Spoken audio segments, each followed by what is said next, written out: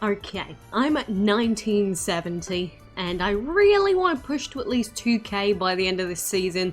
There's another 18 days, but I'd rather get it done sooner rather than later. So I have been playing a lot of Bulbasaur still. I still think Venusaur is really strong, even in current Dragonite meta. But there's been some interesting games. I feel like there's some characters in this game that when I see my allies pick them, there's like a 90% chance that we're probably going to lose, usually.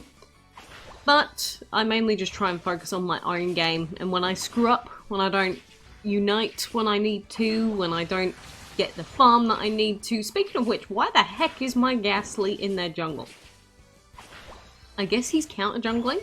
Not really know what was going on in this game, to be honest with you. It did happen earlier, but this is just one example of, I guess the enemies... it feels like our Ghastly was pseudo-trolling, in a sense, because if you screw up in their counter-jungle, or trying to counter-jungle, then you just get so far behind. But at this stage in this game, I was feeling a little bit hesitant. I mean, as soon as I see a Ghastly anyway, I feel like, on average, normally when I get placed with a Gengar player in current meta, it does not go very well. I don't know, maybe that's just my experience, but it has not been going well with Gengar pickers.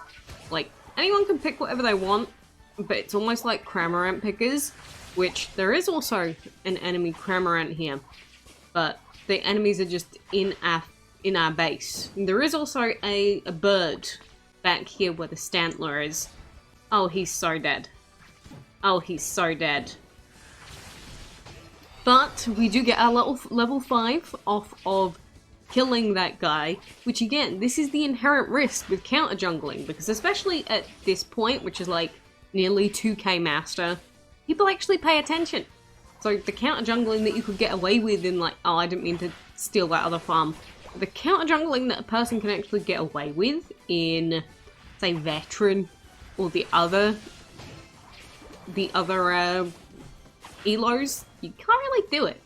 Oh god, am I dead here? Oh, super dead, and his AoE, it missed because of their level up.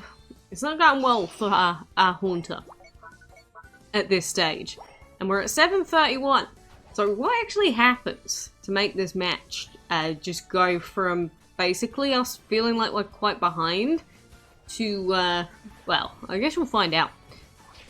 But all I can say is really, this is how quickly things can change when you get your power spike. Because the power spike on Ivysaur with this build is level 7 when you get the Petal Dance, and then again at level 9 when you get Venusaur. So those are the things that I'm going for. Like, sometimes I may even avoid fighting. Not here though, because I can flash in and kill him.